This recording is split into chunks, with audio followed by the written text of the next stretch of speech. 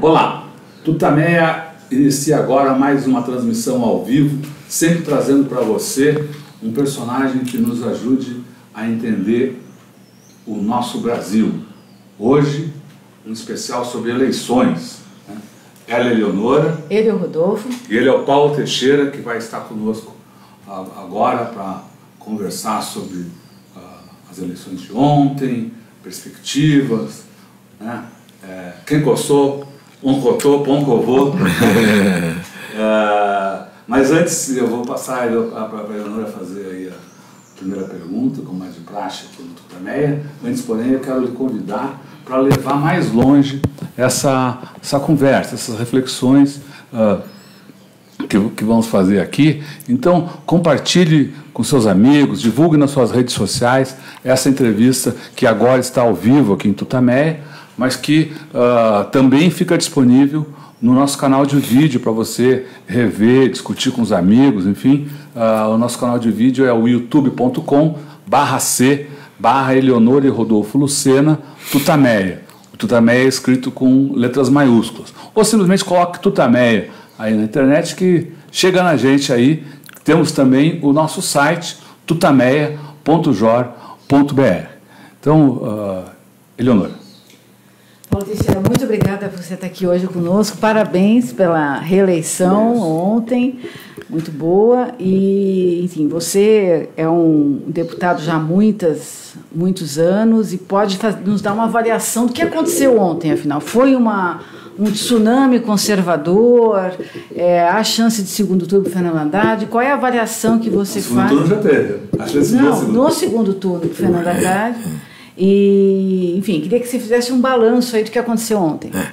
Então, boa tarde. Eu quero cumprimentar todos que seguem esse blog tão importante, que sempre leio grandes análises e grandes personalidades que vêm aqui. Então, para mim também é uma honra poder participar. Cumprimento também a Eleonora de Lucena, Rodolfo de Lucena.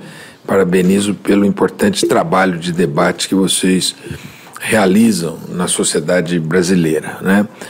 E, inicialmente, quero agradecer também, aproveitar aqui a oportunidade para agradecer as pessoas que me apoiaram, as pessoas que votaram em mim, e estou renovado, aliviado e feliz também por poder renovar o mandato por mais 4 anos e poder dar uma contribuição para o nosso país diante de tamanhos desafios, né? Eu também fiquei muito feliz, aliviado com a passagem do Fernando Haddad para o segundo turno, né? Quer dizer, ontem todo mundo ficou com medo de não ter o segundo turno. E o caminho que o Brasil seguiria, caso não tivesse, seria o pior caminho, pior situação, né? Eu vi as pessoas com medo, mulheres com medo, né? Trabalhadores com medo de se configurar uma eleição de um cidadão como esse, que é o símbolo do mal. Eu vou dizer depois por quê, sem medo de dizer. E sem receio de dizer, e se não sendo leviano por dizer, né? Mas ontem, então, nós também tivemos a passagem do Fernando Haddad para o segundo turno, né? Então, a Eleonora me pede para dizer o que aconteceu com o Brasil, né? Eu acho que o golpe, ele foi um conjunto de poderosas forças que retiraram uma presidenta eleita e passaram a retirar direitos do povo brasileiro, vender patrimônio público e uma escalada autoritária no Brasil, né? Bom, eles tinham em mente em legitimar o golpe pelas urnas, né?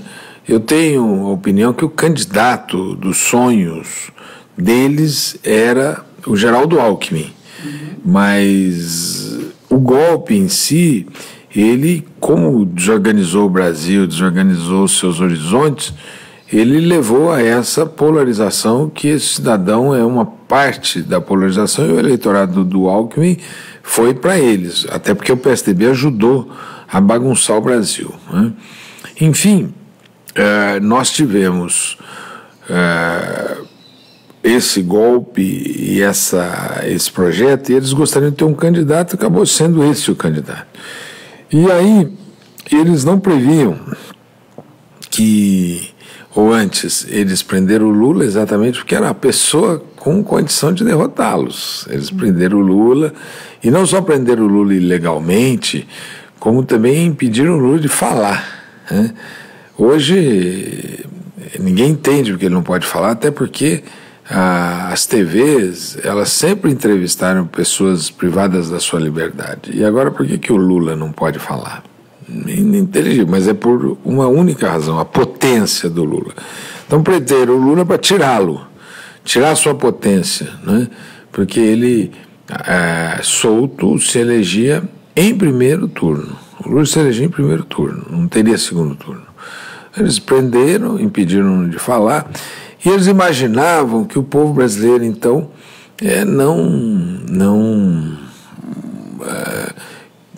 o povo brasileiro, eles imaginavam que o povo quereria uma opção como a deles, o Alckmin.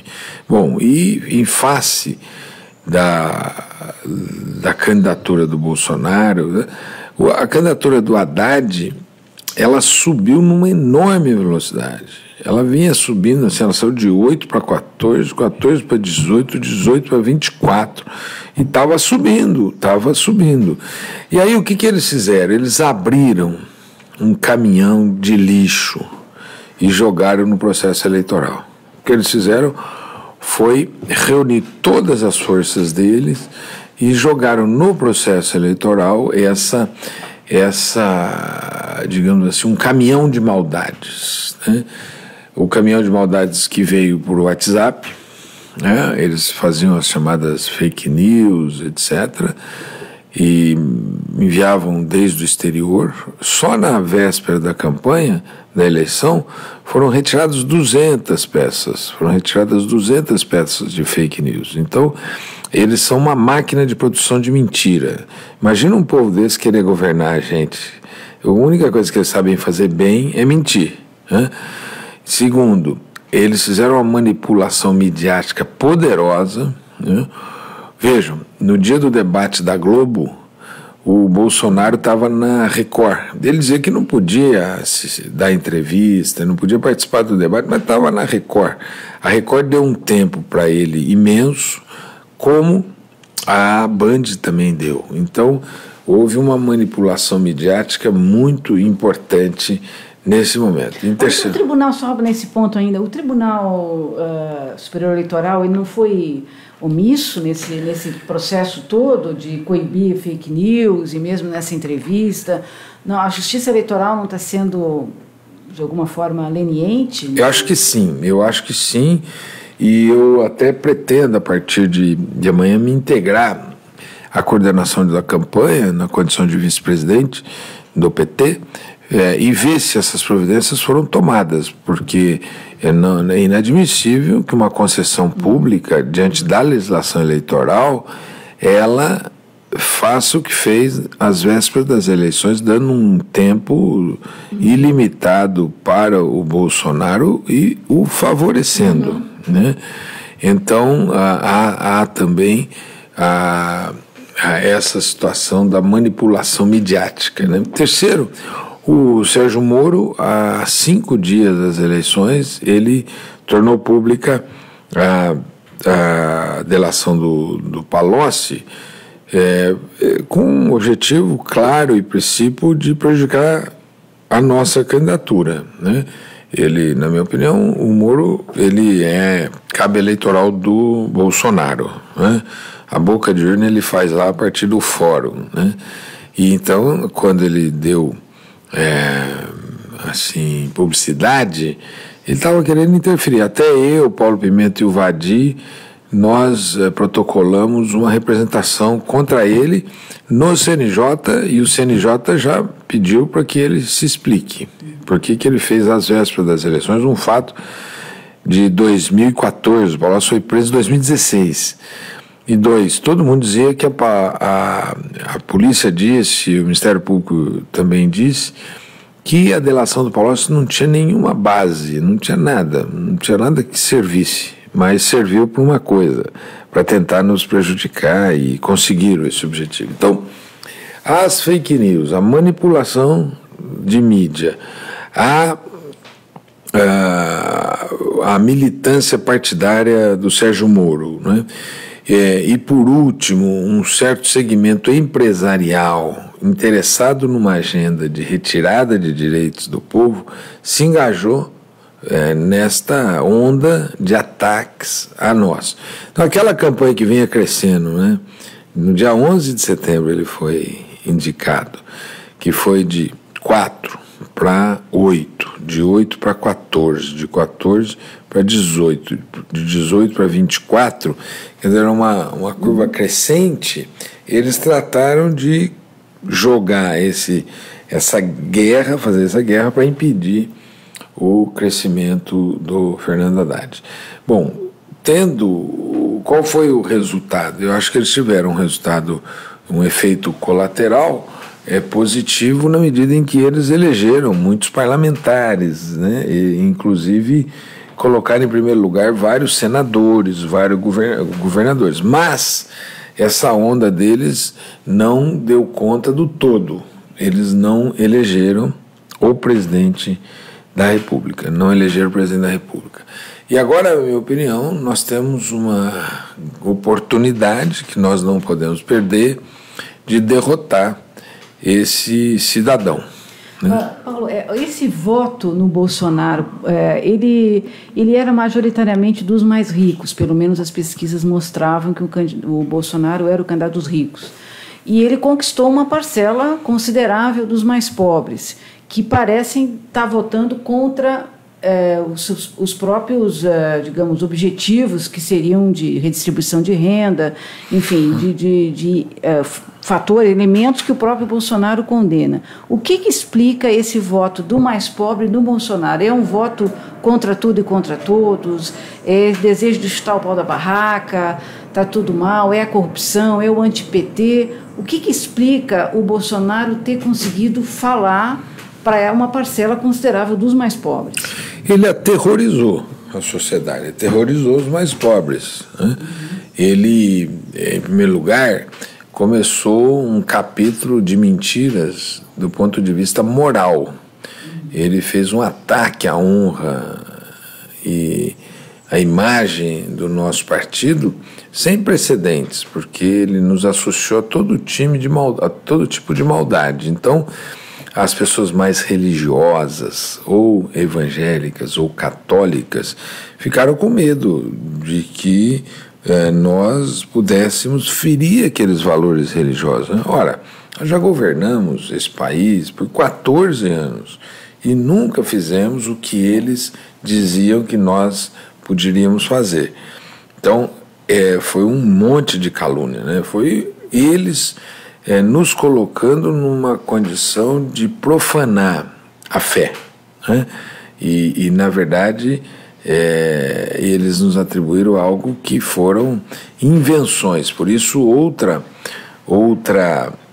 digamos assim, omissão do TSE foi de não coibir esse tipo de omissão, né? Eu te disse que às vésperas das eleições, o Aragão, que é o advogado do PT, tirou 200 peças de fake news.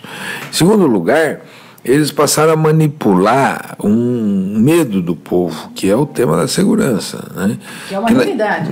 O que é uma realidade. E que eles preferem o quanto pior, melhor. Quanto pior tiver a segurança, melhor para eles, porque eles se elegem, fazem discurso duro e piora a segurança. Quer dizer, se eles fossem bons na área deles de segurança, o Brasil não estaria assim, né? Mas o PT tinha um discurso para se contrapor a isso? Tem. Aí o seguinte, a primeira coisa, nós temos que dizer para a população brasileira, Bolsonaro, é um mentiroso, é o Pinóquio, ele tem que aparecer de nariz grande, não é? e mostrar que um político que mente vai mentir para o povo depois. Ele está mentindo, começou a mentir na campanha. É que nem comprar voto. Se você compra na campanha, você vai depois comprar daí para frente. Você começou mal. Ele então começou mentindo. Em segundo lugar, nós precisamos dizer que ele é a própria concretude da retirada de direitos do povo brasileiro, né? Quando eles disseram o seguinte, não pode ter o 13º salário. O general Mourão fala que o 13º salário é uma jabuticaba. Todo mundo sabe que esse termo jabuticaba, porque o jabuticaba é uma fruta que dizem que só tem no Brasil. Então, por que vai ter o 13º? Então, eles querem tirar. Aí eles dizem, não, a gente quer tirar porque se não tem emprego, se tira o 13º, cria emprego. Não, eles querem criar emprego sem direitos. O Lula criou 20 milhões de empregos com direitos, com carteira assinada com 13º e com salários maiores. Então, não vem com essa história não, tá certo? Quer mexer no ganho, mexe no ganho do de cima e não no de baixo, né? Então, nós temos que demonstrar para o povo brasileiro que eles querem tirar o 13º salário, querem tirar o adicional de férias, quer dizer, aquele adicional que no Brasil o povo usa, como o 13º, o povão usa para pagar a dívida, né, para sair do SPC do Ciro Gomes, tá certo? Não? Então, é para isso que o povo... Então, eles estão querendo vender uma ideia que é o seguinte, eu vou tirar o teu direito. Olha, a reforma trabalhista era isso. Eles falaram que a reforma trabalhista, depois que tirasse os direitos, ia ter mais emprego. Não teve mais emprego. A reforma trabalhista retirou direitos e não criou emprego. Na verdade, quando eles vendem isso, eles ficam mais ricos e os pobres mais pobres. Essa é a verdade. Então nós temos que deslocar o debate. Em segundo lugar, na corrupção, como diz o Ciro Gomes, o Bolsonaro é um corrupto. O Bolsonaro recebeu um depósito da Odebrecht, da JBS na sua conta pessoal. E está sendo encoberta essas coisas, né? Uma pessoa que acumulou um patrimônio, eu sou deputado, com o salário de deputado, você tem os descontos de imposto de renda, descontos de previdência, descontos de saúde, não dá para acumular um patrimônio como ele o fez, né? Portanto, ele também não tem nenhuma moral para discutir o tema da corrupção, né?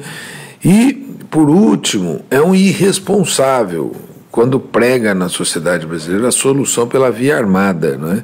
Ora, se nós temos 60 mil homicídios no Brasil, nós vamos ter 120 mil caso prospere uma proposta como essa de flexibilizar o Estatuto do Desarmamento. O que a gente precisa ter é segurança pública. Aí você me pergunta, Rodolfo, o PT tem proposta? Tem. Primeiro, não tirar direitos do povo brasileiro. Manter o 13º, manter o adicional de férias, rever, inclusive, a reforma trabalhista para proteger mais os trabalhadores que estão sofrendo com a terceirização.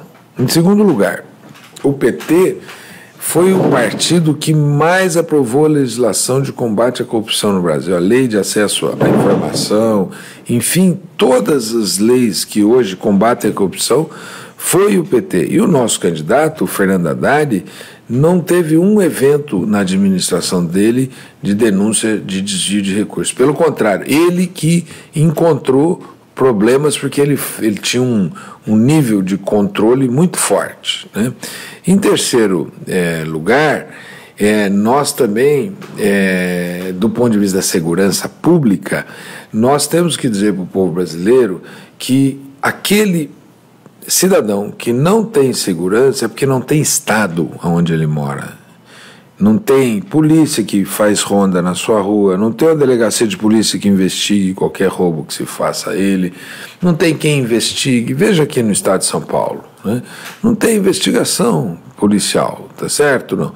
Então esse cidadão, ele é um irresponsável quando ele retira dos ombros do governo a obrigação de dar segurança pública às pessoas. E no Brasil, o que acontece? O povão precisa ter a polícia que faz ronda ali, ó, que impeça que a criminalidade floresça naquele bairro. Tem que ter delegacia que investigue, que desarticule o crime antes que ele aconteça. Então nós temos proposta, só que tem uma coisa, por último eu falo, né? No primeiro turno você não tem um ambiente para discutir essas propostas. Tem quantos candidatos tinham, né? Tinha quase 8 candidatos, não era isso? Não? Tempo curto, e ele se recusou a fazer debate. Uma parte até eu acho que ele recusou porque ele sofreu um atentado, né? Mas daí para frente, no final, ele já podia, como ele foi votar. Ele levantou e foi votar. Ele mora no Rio de Janeiro. O debate é no Rio de Janeiro, não precisa viajar de avião, não precisa nada. Vai lá para o Rio, faz o debate. Você acha possível conquistar uma parcela do eleitorado do Bolsonaro para o Fernando Haddad? Eu acho que sim. Porque fazendo a conta, assim, claro que todo mundo diz que segundo turno é outra eleição, etc., mas fazendo a contabilidade dos votos de centro-esquerda, não dá para ganhar. Como é que vai ser essa conquista dos eleitores do Bolsonaro? Primeira coisa, nós temos que conquistar aqueles votos que não foram dos eleitores do Bolsonaro. Então dá 29,6 do Haddad mais 12,5. Então dá 42, aí daria 46 vezes 42. Então a parte do voto do Alckmin, metade do voto do Alckmin seria para nós. Ora, quando o Alckmin estava com 10, pode ser que uma parte já tenha ido para o Bolsonaro. Esse voto pode vir para nós, o voto do Boulos pode vir para nós, o voto, uma formalização com o PSB também pode vir para nós. E nós temos que buscar, na minha opinião, 2 votos. O primeiro é do eleitor nosso que, com medo, possa ter votado nele. E aconteceu isso, você acha? Eu acho. O PT que ficou com medo do quê?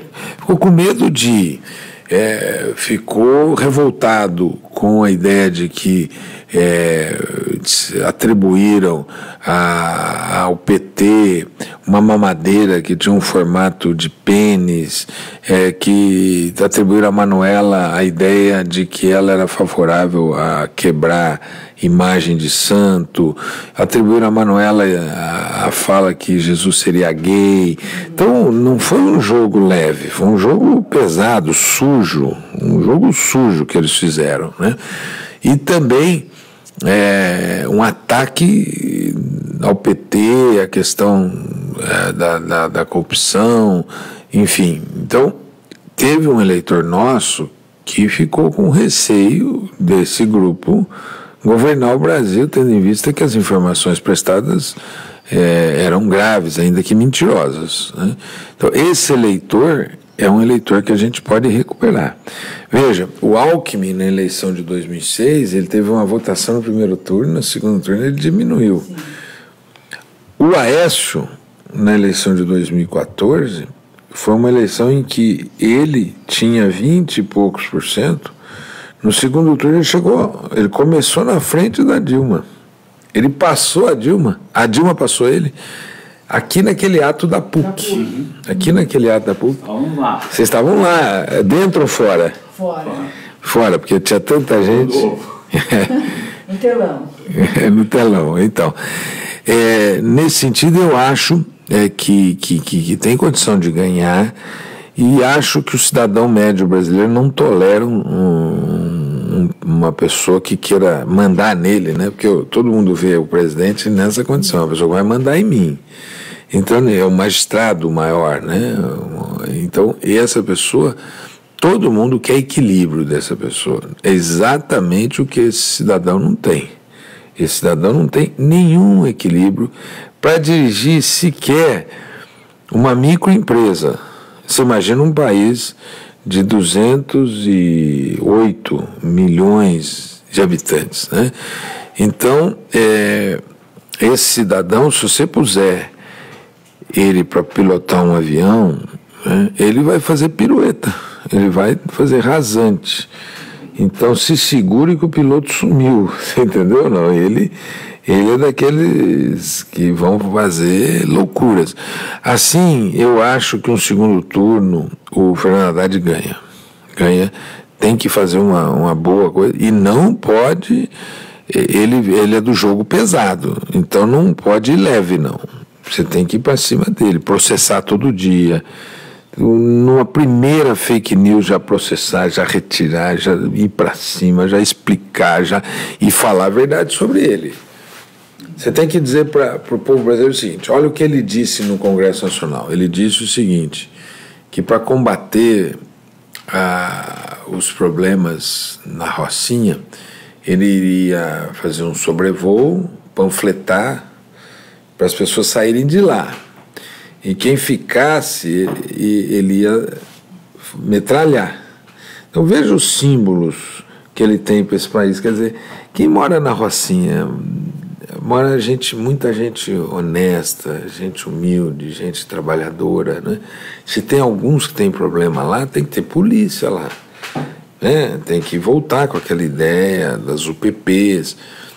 Mas não se fala um troço desse tipo. Assim como também não se fala que teve 4 filhos homens, e aí que teria fraquejado e teria uma mulher. Agora, o mais grave, nós não podemos ir também. Esse debate é muito importante, né? Ele também disse que estudou os filhos para não casar com negros, que não andaria de avião, que tivesse um cotista. Mas esse é um lugar do debate. O mais importante lugar do debate é direito. Por exemplo, quer dizer, ele votou... Tem que dizer que ele é o candidato antipobre, não que ele é o anti-gay. É isso. Ele é antipobre. Ele quer tirar o registro da empregada doméstica. O que é tirar o registro da empregada doméstica? É empregada doméstica trabalhar num trabalho análogo ao trabalho escravo. É trabalhar de sol a sol, de domingo a domingo. As mulheres brasileiras que já foram empregadas domésticas, elas sabem o que é isso, o que vai resultar, né? Eu tenho uma pessoa que ajuda, né? Nós moramos numa república lá em Brasília. Tem uma pessoa, então a gente paga o salário, ela tem um horário para sair, tem um horário para entrar, ela tem um sábado para descanso, um domingo para descanso, ela tem férias, tem um acréscimo de férias, tem 13º. Vai tirar isso das pessoas? Isso que ele quer tirar? Então nós temos que olhar isso, mostrar, e ele nisso, ele é sincero, ele não esconde o jogo, não. Isso que talvez esse debate sobre gays, que é grave, esconda o debate sobre direitos. Nós temos que mostrar os dois. Fake news. A gente está com uma comunidade grande assistindo aqui agora, todo mundo ao mesmo tempo. A gente quer pedir, convidar você a divulgar, a compartilhar essa entrevista nas suas redes sociais. E eu estou acompanhando aqui alguns os comentários, né? Surgem elogios, comentários, e uma das perguntas, uma das questões é exatamente sobre fake news, em que pergunta como evitar, como combater, o que fazer para... Não adianta sair dizendo, é mentira, é mentira. Primeiro eu acho importante a gente traduzir essa palavra, né? São notícias falsas, né? Mentiras, porque lembram do Pinóquio? Nós temos que mostrar o tamanho do nariz do mentiroso, e esse cara é mentiroso, então... As mentiras que chegarem têm que ser enviadas para o PT. O Fernando Haddad já declinou de um telefone. Até peço para o Camilo Vanucci, se ele puder me passar o telefone, para eu passar aqui para os seguidores do Tutameia, o telefone que se pode denunciar as mentiras que o Pinóquio está trazendo para a internet. Porque assim que chegar a mentira, tira e responde.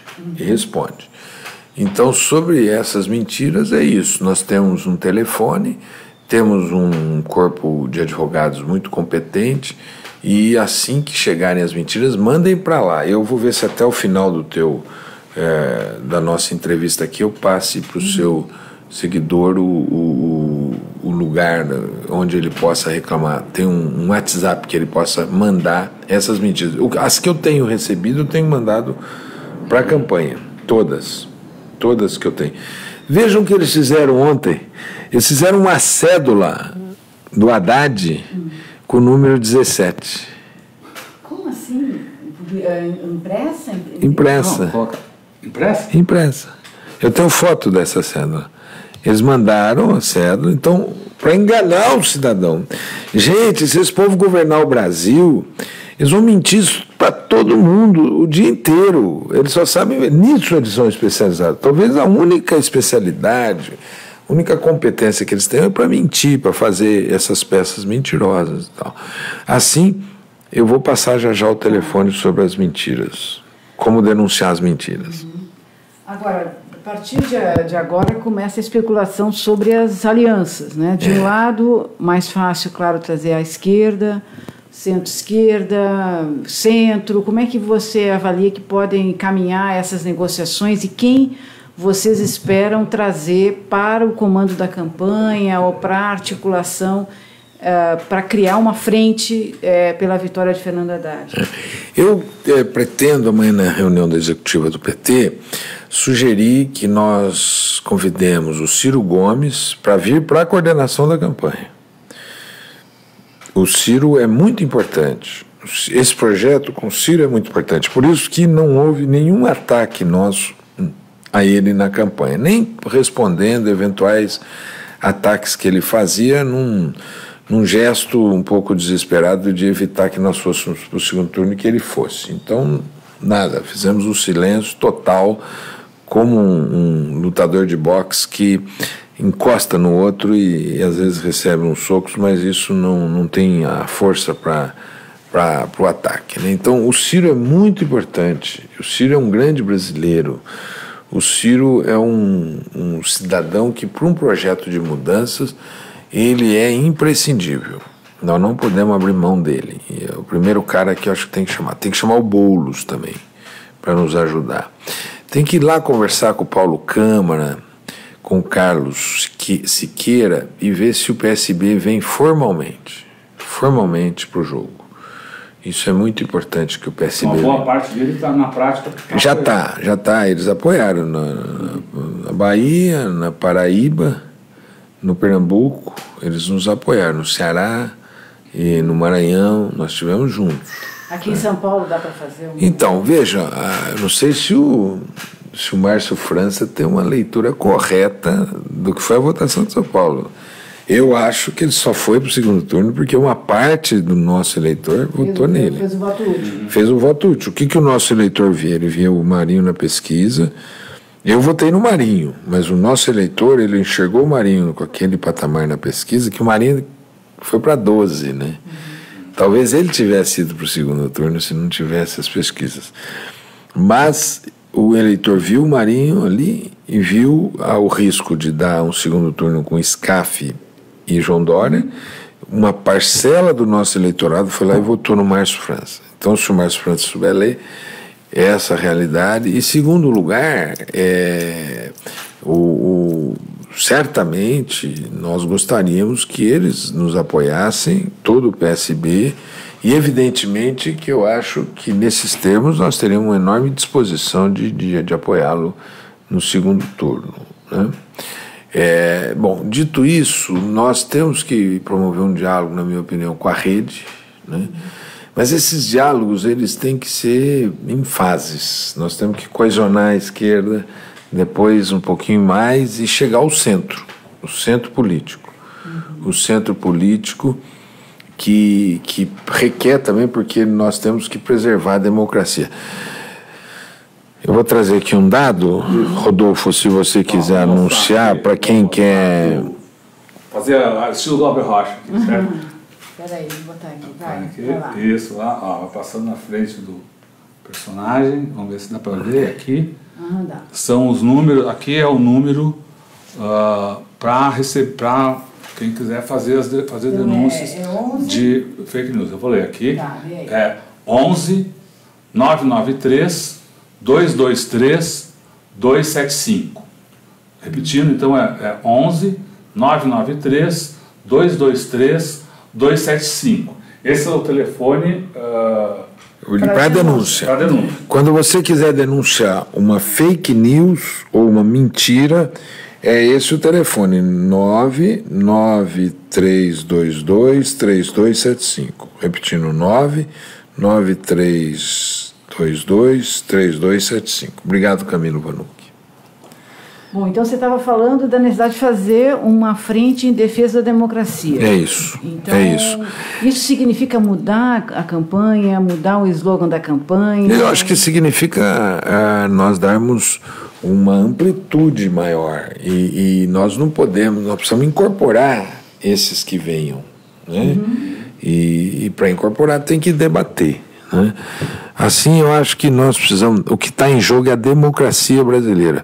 Democracia entendida como direito do cidadão, a implementação de direitos. Isso vai haver um retrocesso, já está havendo e aprofundará o retrocesso. A democracia entendida assim, e entendida também como um jogo político dentro das regras do jogo, respeitoso com a Constituição, isso tudo está em jogo. Eles podem pôr isso tudo na lata do lixo, da noite para o dia. O Hitler, na Alemanha, ele se elegeu e fez uma escalada autoritária que levou a Alemanha à guerra, né? E a eliminação de judeus, eliminação de homossexuais, enfim, comunistas. Esse risco nós temos aqui no Brasil de dar legitimidade para uma escalada autoritária, de retirada de direito, venda do patrimônio público. Eles já disseram ontem que querem vender 200 empresas brasileiras. Aí eu pergunto, eles querem, para vender 200, eles devem querer vender a Petrobras, eles devem vender o Banco do Brasil, eles devem vender a Caixa Econômica Federal, eles devem vender a água das empresas de água do Brasil, eles devem querer vender as empresas de energia, não é? E consolidar a venda da Embraer. Mas tudo bem, eles dizem que querem vender para fazer caixa, para pagar salário, enfim. Por que é ruim? É exatamente ruim porque o projeto de desenvolvimento no Brasil, ele depende dessas empresas. Eu vou dar um exemplo muito concreto, né? Quando o Lula era presidente, o gás de cozinha custava R$40, porque a Petrobras ela tinha lucros, mas ela tinha uma visão social. Ela não podia aumentar o botijão de tal sorte que não coubesse no bolso do trabalhador a compra do botijão. Então, o que aconteceu no governo Temer? Ainda sem vender a Petrobras, ele orientou a Petrobras para fazer grandes lucros para remunerar os seus acionistas. E assim a Petrobras começou a praticar um preço que saiu de R$40 o gás e foi 80. O óleo diesel aumentou, a gasolina foi a 5 e pouco. Essa realidade sem privatizar. Se privatizar, o povo brasileiro vai sofrer muito. Vejam as contas do setor privado. Vejam com conta cada cidadão paga na conta de telefone. Veja quanto está pagando na conta de luz. Tudo é serviço privatizado, né? Eles querem ampliar essa privatização. Isso vai atingir diretamente os interesses do cidadão, o cotidiano do cidadão, na conta do gás, na conta da gasolina, na conta de energia, na conta de água. E mais ainda, essas empresas são as responsáveis pelo desenvolvimento do Brasil. Isso são empresas que investem, são empresas que produzem tecnologia, são empresas que desenvolvem esse país, né? Se você vender, elas não vão investir mais. O que elas vão transferir lucros para sedes dessas empresas. Então, fere a soberania nacional, a autonomia nacional. Nós precisamos ter por exemplo, todo mundo sabe que eles querem privatizar esse programa nuclear da Marinha, não é isso? Do submarino nuclear, né? Nós vamos comprar, gente, tecnologia fora do Brasil. Essa é a questão. Nós estamos indo para um processo em que, se vender a Embraer, né, que é a maior receptora de tecnologia, que mais faz transferência de tecnologia, você vai perder um ambiente de desenvolvimento nacional de tecnologia. Você vai ter que comprar fora e ficar cada dia mais dependente, e não só dependente. A toda a tecnologia deles, quando é uma tecnologia de ponta, eles que decidem se vendem ou não. Tá certo? Então nós vamos perder capacidade de governo caso se vendam essas empresas. Alcântara também. Alcântara. Você falar que gera empregos lá fora, né? Gera empregos lá fora, não é isso? Assim, o que eu quero voltar é dizer, ó, eles devem querer vender o Banco do Brasil, a Caixa Econômica Federal, a Petrobras, eles devem vender o setor de água, o setor elétrico e a Embraer. Eles vão vender tudo isso, tudo isso. Então, você pergunta, mas é para pagar salário?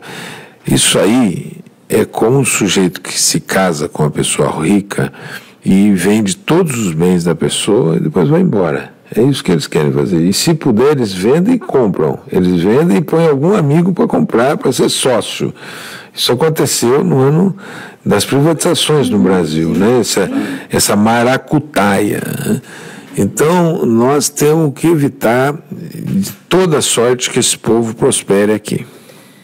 Bom, hoje está um festival de o que o PT deve fazer, né? Passado o primeiro turno, o PT deve fazer isso, deve fazer aquilo.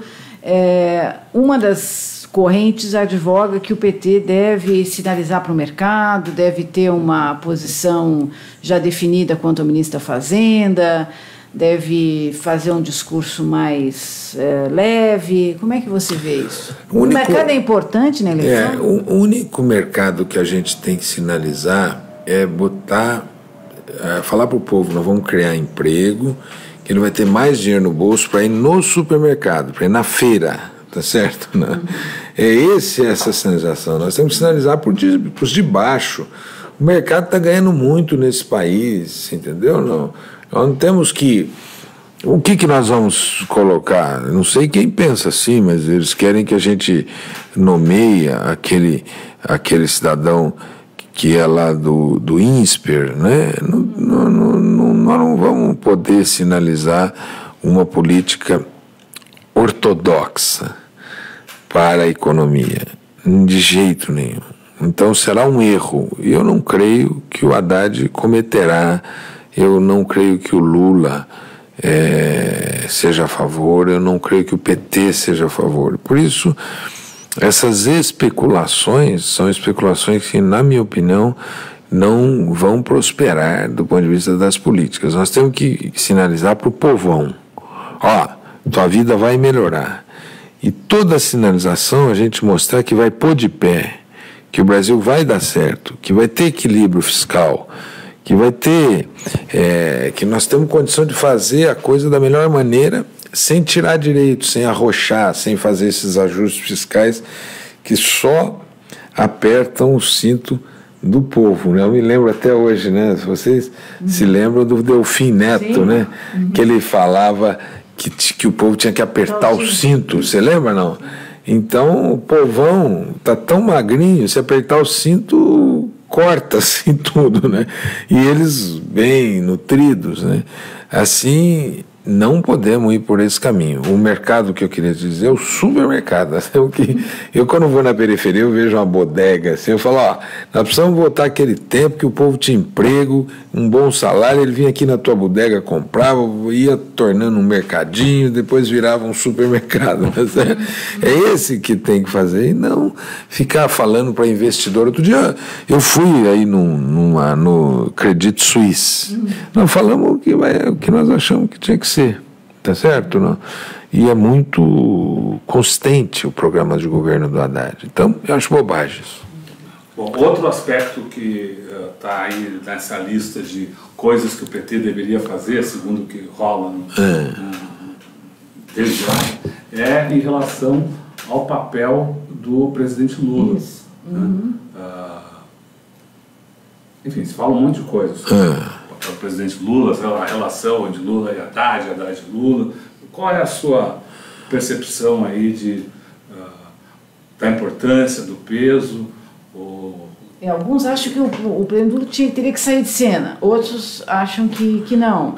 Não, tem gente que eu estou dizendo que eu O que eu estou achando engraçado... O Haddad tem que se mostrar que ele é uma pessoa... Ele é um autônomo. O que eu estou achando engraçado é dizer que o presidente Lula tem que sair de cena. Já tiraram o presidente Lula forçado de cena numa sentença totalmente sem sentido, não é?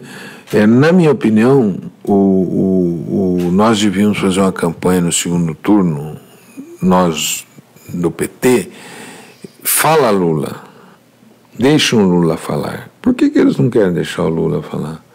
Então nós devíamos falar, nós queremos que o Lula fale para o Supremo Tribunal Federal, porque tem duas ações do Supremo que ganharam liminares dadas pelo ministro Lewandowski. Não foram nem liminares, né? Foram decisões. E a segunda, inclusive, eu sou autor, eu, Paulo Pimenta e o Vadi, que é resultante daquele habeas corpus que a gente fez lá no Paraná, que no dia seguinte eu tive aqui com vocês, né? No dia não,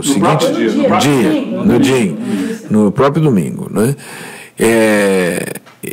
Então ele jogou para o pleno. Eu acho que o pleno tem que discutir, porque no Brasil, até hoje, todo mundo que é privado de liberdade fala. Por que o Lula não podia falar? É censura? Não é? Então, na minha opinião, agora, o Supremo tem que decidir, né? Evidente que todo mundo quer ver o Haddad. Todo mundo quer ver.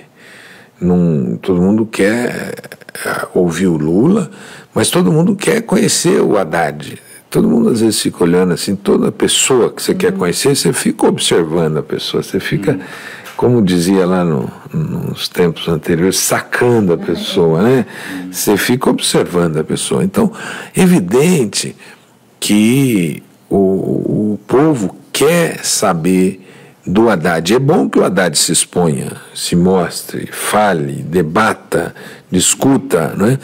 Porque o Haddad, em comparação com o Bolsonaro, não é da água para o vinho.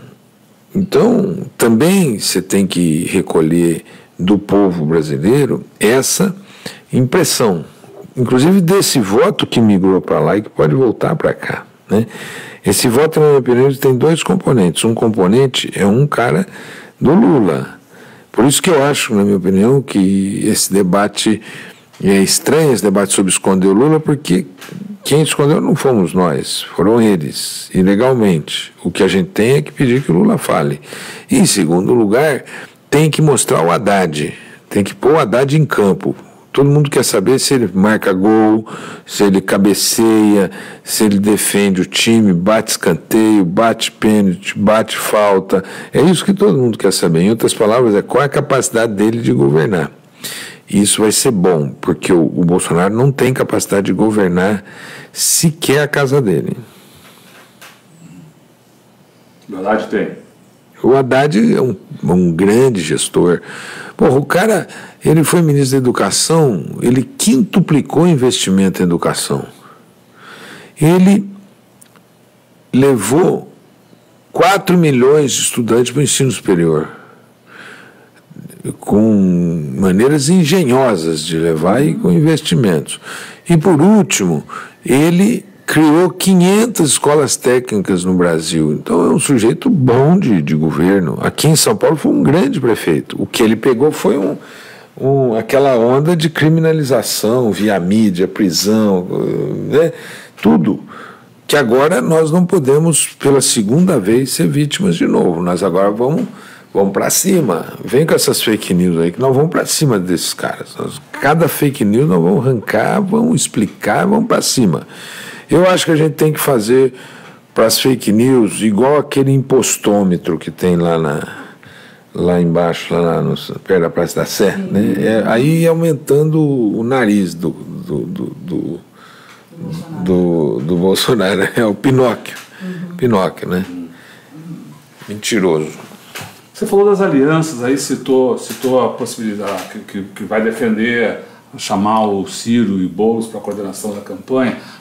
Mas no país teve outros casos, por exemplo, no Paraná, o PMDB de Requião que é um defensor da democracia, o defensor da candidatura à Lula. Não, o Requiãozão tem que vir. Né? O Requião tem que vir. Outros setores, o próprio, imagina o PSDB, como é que... Eu acho que tem que vir o Requião. Vocês aqui são muito amigos, já me disseram, do Bresser Pereira, tá certo? Não. Eu sei, hoje eu recebi um telefonema de um setor do PSDB que quer nos apoiar. PSDB progressista. Né? Quem é que é esse? Esse é um sujeito aqui de São Paulo, já me ligou hoje, já quer conversar. Então tem muita gente querendo conversar, porque tem uma alma democrática em outros partidos que nós não podemos desprezá-la, que não aceitará esse retrocesso. Portanto, a forma de ver, inclusive eu acho, viu, que vai gerar mais medo a partir das eleições e das pessoas que foram eleitas por eles, né? Você imagina eles com esse Congresso? Não tem, se tiver o Executivo e o Legislativo juntos, eles vão ser violentos com esse país. Hoje, se você quiser preservar o país, você tem que fazer um contraponto ali, porque eles elegeram bancadas tão grandes que o único jeito de contrapor é eleger o Executivo hoje, porque o Legislativo já foi eleito. Você acha que o PT pode conquistar, ou essa frente pode conquistar também alguém do empresariado? Ou acho que sim. Henrique, sei lá. Acho que o empresariado tem muita gente que pode nos apoiar. Tem muita gente que pode nos apoiar. Empresários que têm formação, né? Tem boa formação, né?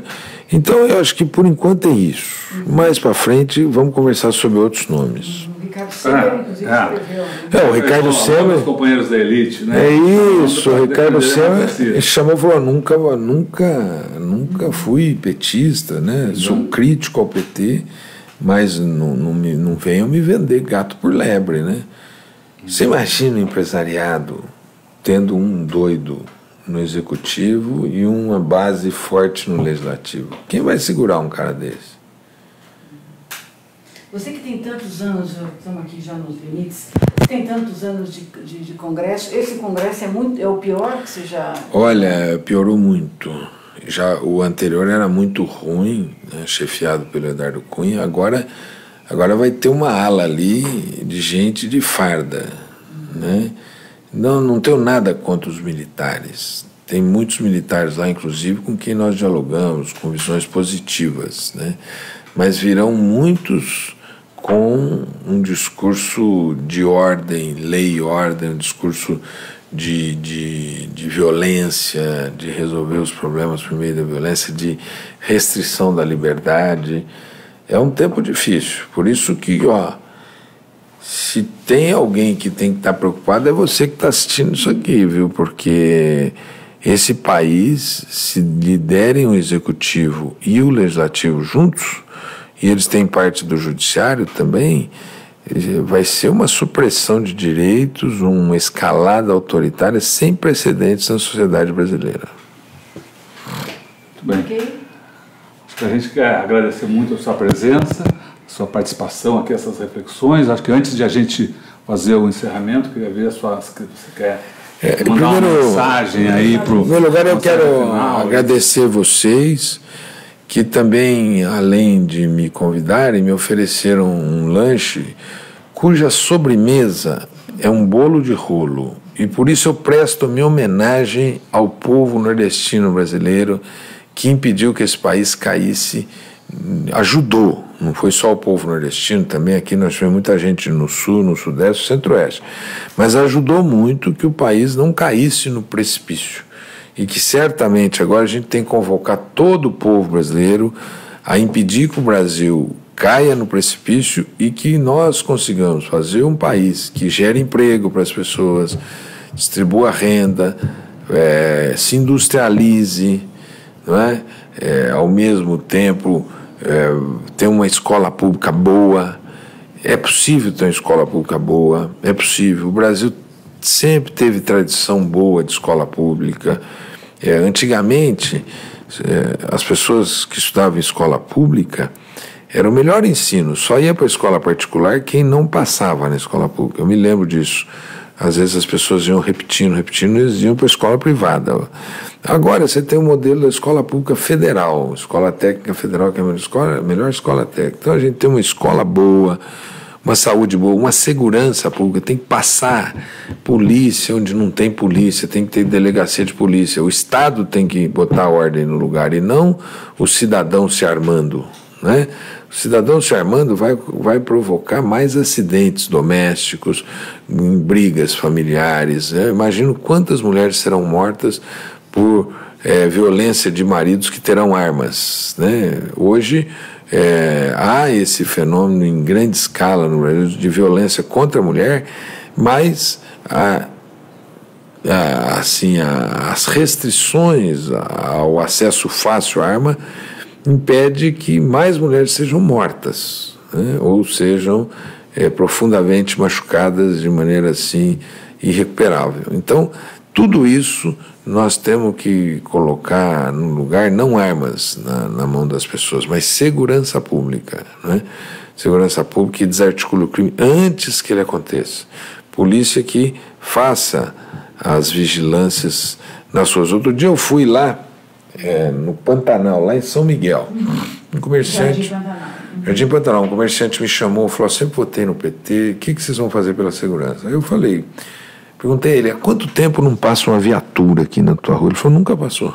Ele falou: só veio viatura para fazer ocorrência. Uma ocorrência de uma morte, uma ocorrência de um atropelamento, uma ocorrência de roubo, aí vem a viatura. Do contrário, não vem viatura, então não tem. Então, esses lugares, outro dia eu fui no Damasceno lá, perguntei aqui: gente, onde é que a delegacia é mais próxima? É 5 quilômetros lá do Damasceno. Isso que faz as pessoas terem assim, segurança. E nós temos que levar Estado, e levar não só nessa faceta, mas levar equipamento para jovens que ofereça profissionalização, acesso às novas tecnologias. Tem que aprender a mexer com drone, mexer com computador, com informática, porque hoje toda máquina tem isso. Tem que ter esporte, tem que ter cultura, né, para quem não passou pela escola ou no contraturno da escola, né?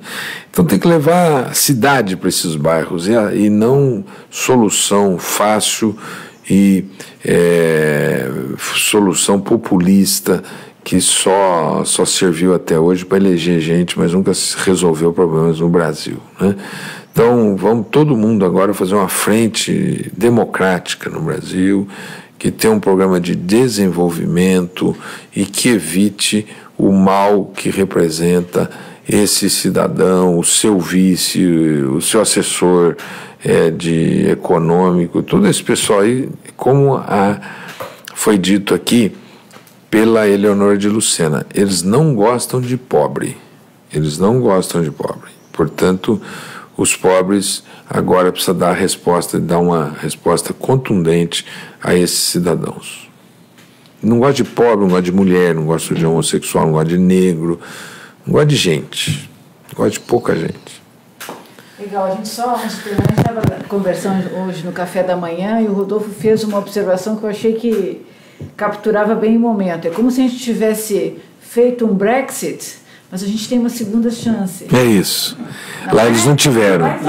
Lembrando, o Brexit foi a votação na Grã-Bretanha para separar a Inglaterra, a Grã-Bretanha, da Comunidade Econômica Europeia, né? Houve uma grande campanha aí para... Também com fake news. É isso. E acabou sendo vitoriosa a proposta de se afastar da Comunidade Europeia, com muitos dos votos dos trabalhadores, dos mais pobres. E aí, e que depois perceberam que aquilo ali seria altamente prejudicial a eles mesmos. Só que daí já estava votado. Hoje está uma grande discussão. Aqui no Brasil não, aqui no Brasil a gente tem uma chance. Viva o Tutameia! Tá bom, então a gente encerra, né? A gente encerra aqui agradecendo a participação, a presença aqui do Paulo Teixeira e convidando você a compartilhar. Muita gente, a gente tem visto aqui nas redes sociais, muita gente organizando reuniões de grupos, coletivos, para discutir o que fazer nesse momento. Nós esperamos aqui que essa entrevistas, talvez não traga respostas, mas traz mais elementos para discutir, para que todos possamos chegar a enfim, encontrar boas formas, boas maneiras de atuar nesse momento aí, nesses 3 semanas aí que nos separam do segundo turno. Muita gente também perguntando sobre como denunciar fake news. Vários comentaristas botaram, então você que está nos comentários, acabaram de colocar aqui o site oficial aí da campanha de Lula, que recebe também as denúncias fake news aí. Muito obrigado aí ao pessoal que colocou. Então você encontra nos comentários isso, vai encontrar também na reportagem que a gente vai fazer, deixar por escrito, além dos vídeos, no tutameia.jor.br, e a entrevista fica disponível no nosso canal de vídeo. Você pode discutir com os amigos. O canal de vídeo é o youtube.com/c/Eleonora e Rodolfo Lucena Tutameia. O Tutameia é escrito com letras maiúsculas. E assim, então, agradecemos a sua participação, que foi muito obrigado. Muito boa. E a gente encerra com o nosso bordão final aqui, que é o contrapoema do Augusto de Campos, o contrapoema Lula Livre. Tchau, pessoal. Tchau, Lula Livre.